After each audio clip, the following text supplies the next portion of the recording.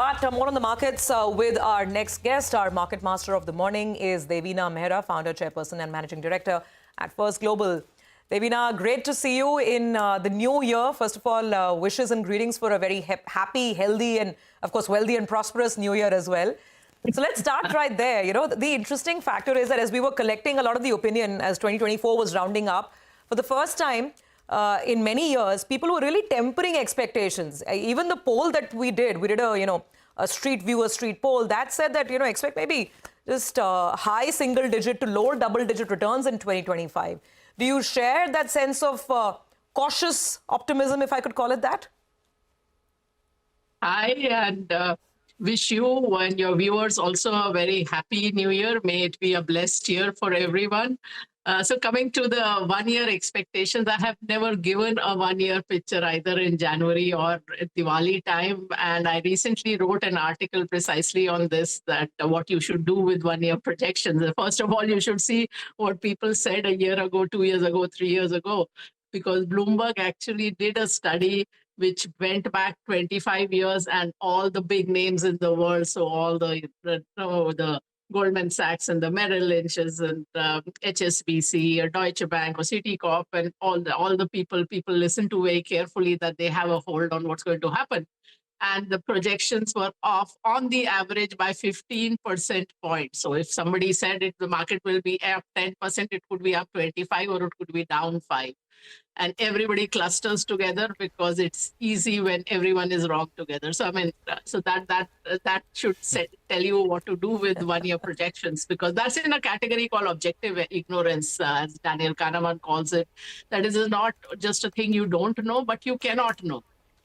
But coming to expectations, yes, I think expectations in general have run far ahead of where they should be. I have people coming to me and saying, yes, I'm fine with a conservative portfolio. I'm fine with 30% return a year. So 30 is the new conservative, huh? That's the problem that we're dealing with. But Devina, hasn't a lot of that started, tempering? Because we have seen a time correction, maybe not a very savage price correction, but definitely a time correction. The market hasn't been galloping one way higher like it used to. I mean, we've been in this zone for now a little over 3 months.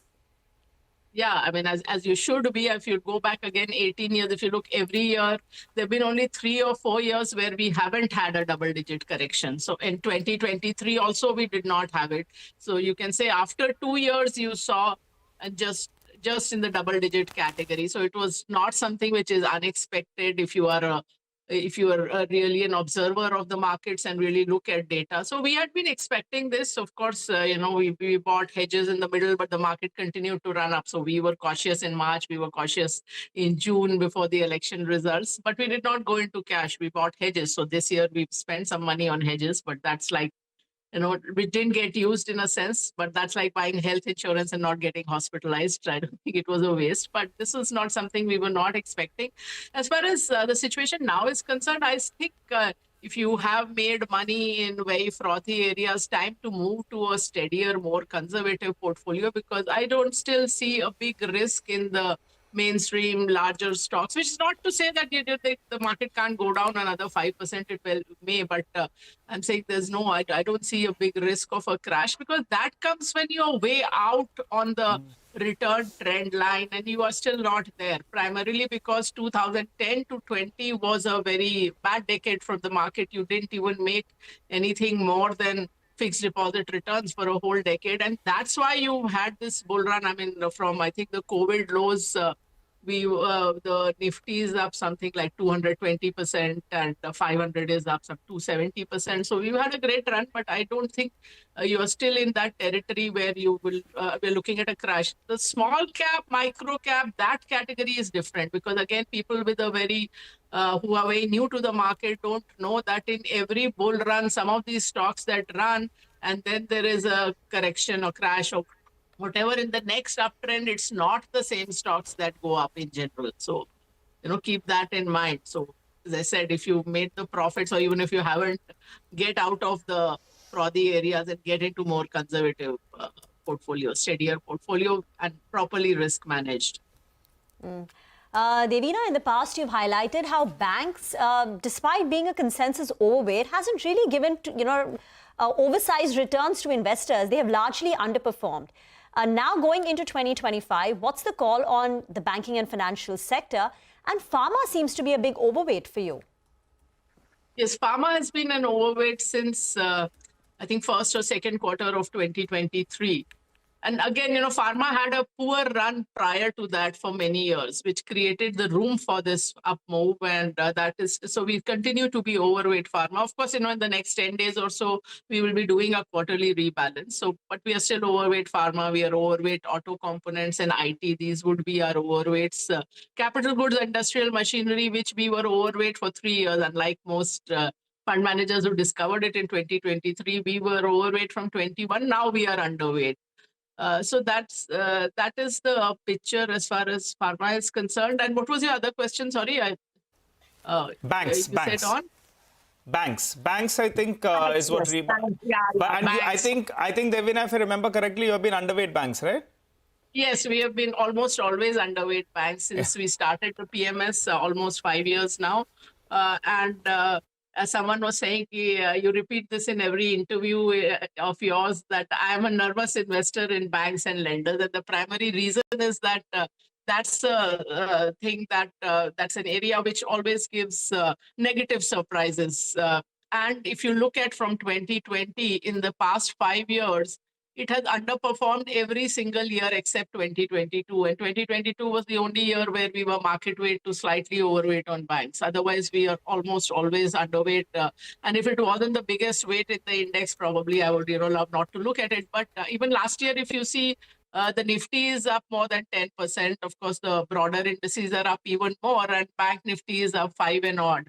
And 2020, it was the only sector which was the only major sector in the negative. 21, again, it was half as much as the market. 23, again, underperformed. So every year, if you see, they generally underperform. And so that's the thing, that that your lender, your borrower does very well, you don't get anything extra. So you are in a highly leveraged business where the only thing is on your kind of luck part is not there on the positive side, it's there on the risk side. And if you look at the numbers also, I think now there is in the whole credit system, may or may not be exactly the banks, there is, I think, pressure building up on credit. A lot of indicators like that, like gold loans going up, which means people are forced to mortgage jewelry.